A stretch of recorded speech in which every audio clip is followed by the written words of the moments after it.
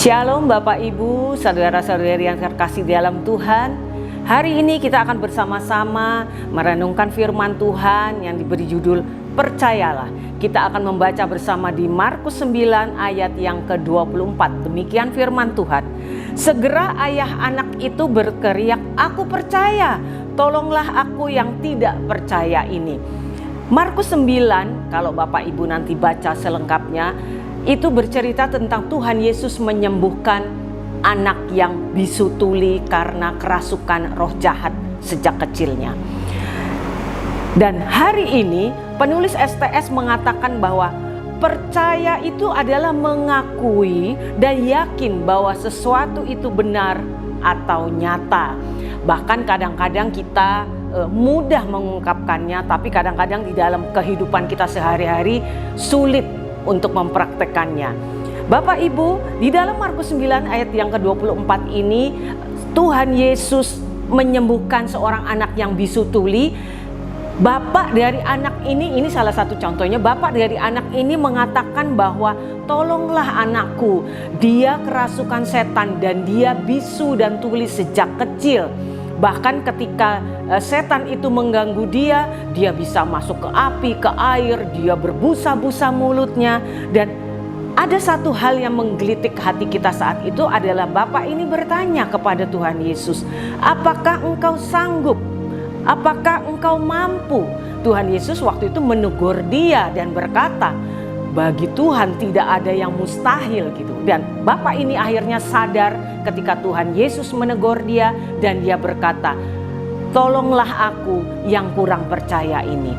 Bapak Ibu, dalam setiap kehidupan kita sehari-hari, percayalah Tuhan Yesus tidak akan pernah meninggalkan kita. Seperti bapak ini, Tuhan Yesus telah menegur. Dia tidak mempertimbangkan ketidakpercayaan bapak ini, tapi Tuhan Yesus melihat bahwa bapak dan anak ini membutuhkan pertolongannya, dan belas kasihan Tuhan mengalir sehingga anak itu akhirnya disembuhkan.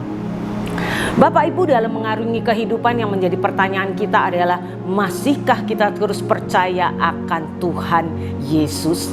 Mungkin saat ini engkau berkata, "Masalah saya berat, Bu. Kadang-kadang di ujung pergumulan, apakah Tuhan menolong saya? Apakah Tuhan masih menyertai saya?" Beberapa hari yang lalu ada seorang ibu berkata kepada saya, "Ibu, boleh saya telepon Ibu?" "Oh, silahkan," saya bilang. "Saya tahu Ibu ini mempunyai beban yang sangat berat dalam kehidupannya." Dan hari lepas hari dia katakan, "Nggak ada jalan lain, Bu. Saya nggak bisa mengandalkan manusia.